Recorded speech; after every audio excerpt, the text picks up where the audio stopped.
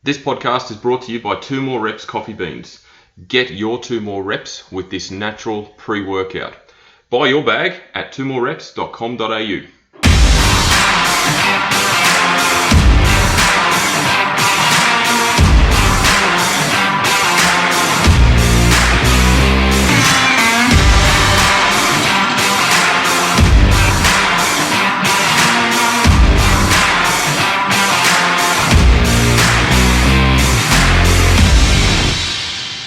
Hello and welcome to another edition of the Paul's Body Engineering Podcast. Today I'm running solo. I've got my clarity back, my energy back after a very lengthy prep, and I wanted to obviously get into the nitty gritty of another good contented podcast and talk to you guys about just good information, good education, and provide some value to those that do tune in and listen to these podcasts, which I do really appreciate, by the way. But today's podcast is around diet. And, when we use the word diet, we tend to associate diet with a form of exercise, a form of eating. It's like a style of eating or a restrictive nature of eating. And diet just represents, it's not a negative by any means. It represents the type of eating that we do. Whether we choose to eat carnivore, whether we choose to eat paleo, whether we choose to eat Mediterranean, keto, calories, macro, fasting, whatever. That's what diet effectively means. So when someone says I'm on a diet, we immediately assume they're trying to lose weight, but that's not always the case. They're just on a diet because they're either trying to clean up their nutrition, they're trying to be a bit more restrictive and a bit more accountable, or they're just being more mindful about what they put in their body, and that's totally cool. There's no dramas with that. But what has sort of evolved over the last 10 years is that we tend to do a diet and then that's our finish line. Once we've completed that diet, and that diet's generally either associated with a timeline or a weight goal, and then that's it. Then we pull the pin. We don't actually learn or understand or acknowledge the fact that there is no finish line. And I got this idea from the great Dr. Layne Norton, in that we tend to look at the diet as something that has a finish line, and then when we're done, that's it.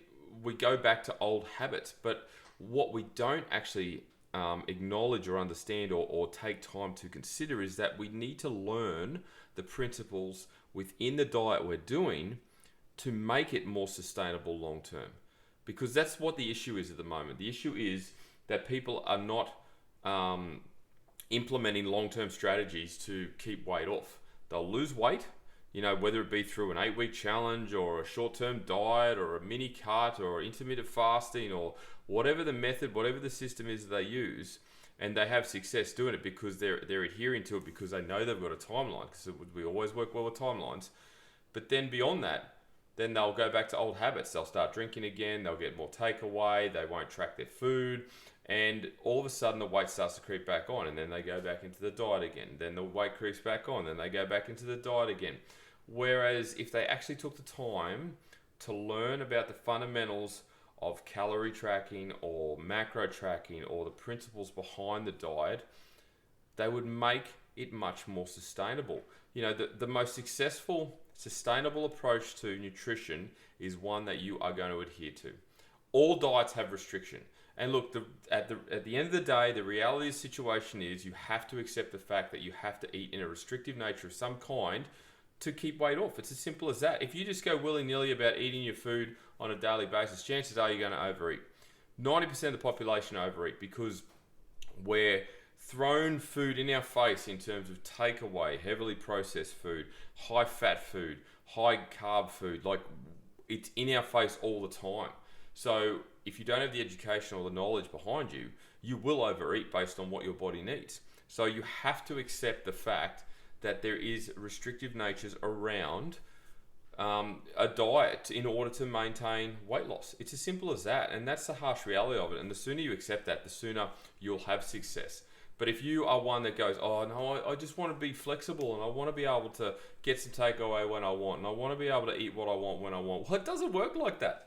It does not work like that. I'm sorry to say, you have to accept the reality that it does not work like that. You can't eat what you want all the time. Yes, there is flexibility within the restrictive nature of a diet, 100%. You know, if you took the flexible diet approach, for example, whereby, you know, you still have a calorie restriction to a degree, but within that calorie restriction, you might have the opportunity to have a diet break, a refeed, maybe a free meal. There's all those sorts of things available to you. So again, I go back to my other point in that you have to look at the approach or the system that's going to work best for you, that is sustainable and long term.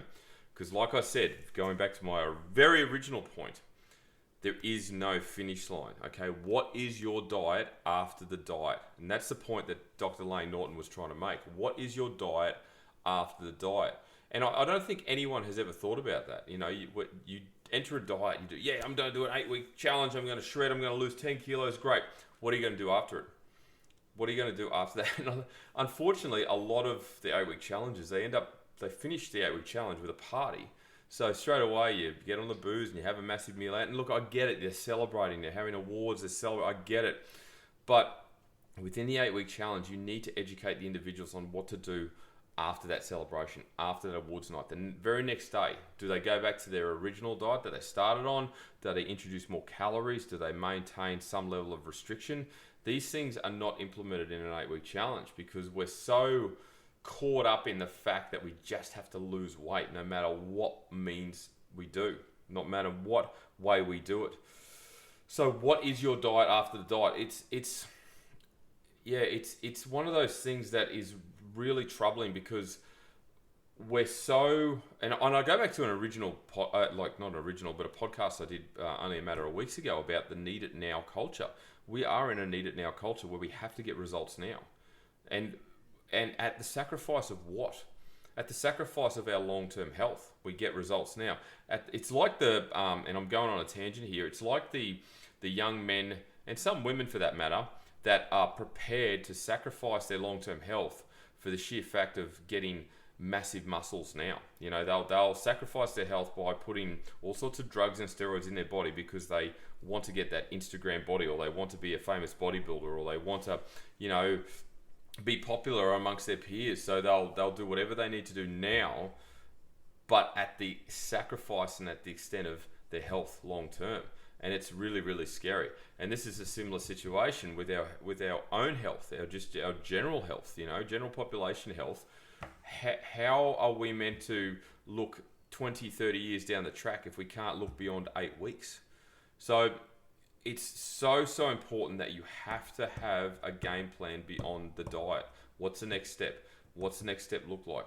What is going to be your sustainable approach moving forward? What is going to be your sustainable diet? And yes, I use the word diet because we all have a diet. We all eat a certain way. We all have a restrictive nature around the way we eat. We might have set meal plans. We might have set meals. We might have, a lot of people have those meals written up on a blackboard in their kitchen or on their fridge.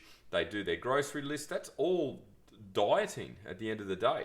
But does it meet the requirements if you're adamant about losing weight and keeping it off? That's the question you've got to ask yourself.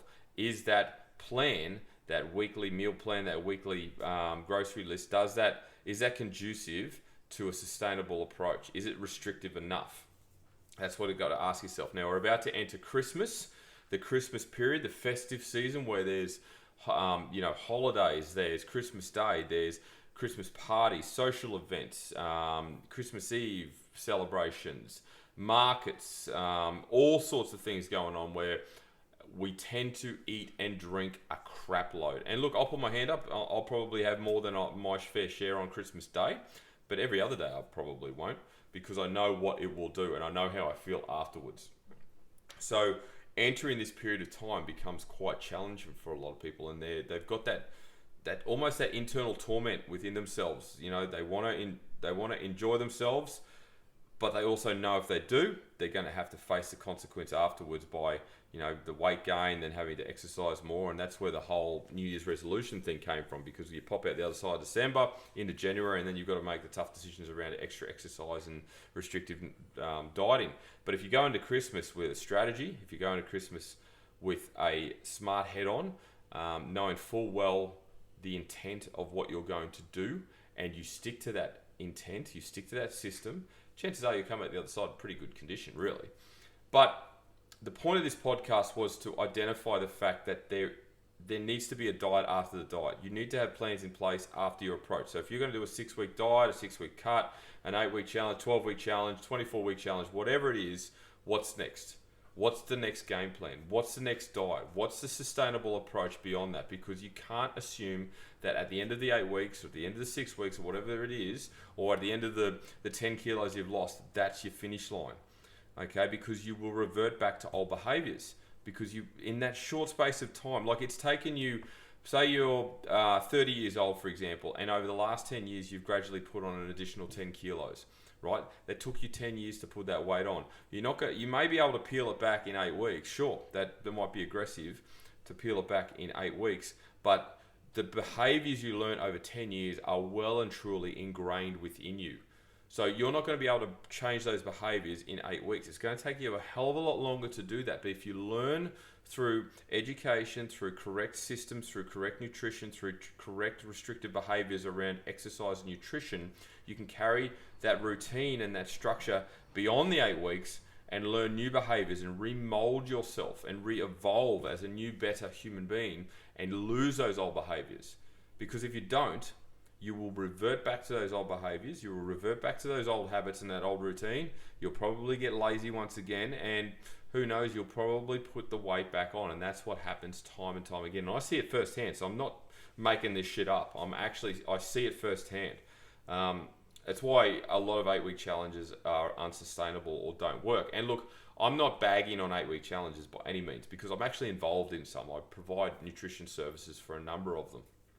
But I select the ones that I want to work with because I know their approach and their what's the word I'm looking for? Their ethos behind how they're trying to educate the participants is quite smart. Whereas, you know, the big generic ones that do it on a mass distribution scale tend to just have this manufacturing approach of just roll them in, roll them out, roll them in, roll them out, and it's just a money-making thing. So without ranting too much further, I want to keep this podcast short. I just wanted to continually re-emphasize the fact that there is a diet after the diet, and it's a long-term approach. You can't just assume you're going to lose weight or you're going to have success after a short period of time, and then without the change of behaviors, without the change of routine, without the additional knowledge, you will revert back to old habits once again. So there is no finish line. There is no finish line. What is your diet after the diet? So if you've listened to this and you get into January and you go, right, I need to lose some weight, I need to get healthier, I need to exercise more, have a plan in place long term. Do not just enter a 6-week challenge or an 8-week challenge without something beyond it. Okay, I encourage you to do so because obviously it's something, and it's going to get, if it's going to get you motivated and going to get your year off to a great start, fantastic. But if you need to maintain weight loss long term and you want to lose 10 kilos and keep it off, know that there isn't a finish line, and know that you need a plan in place beyond that. So know what your diet is after the diet. So that's it. Thank you very much once again. I really appreciate everyone tuning in. If you've enjoyed this podcast, please screenshot and share it on your stories, Facebook and Instagram. Tag myself at Paul's Body Engineering. If you are interested in any of my coaching services, please jump on paulsbodyengineering.com. I've recently released a mini documentary about my most recent competitive bodybuilding season, primarily based on my pro debut at Natural Bodybuilding Australia, which is really cool. It's available on YouTube and also will be very shortly on my website. Links are in the Instagram page, on my Instagram page, so please check that out as well. Really appreciate the support. But other than that, as I say to every client every single day, once again, have a great day.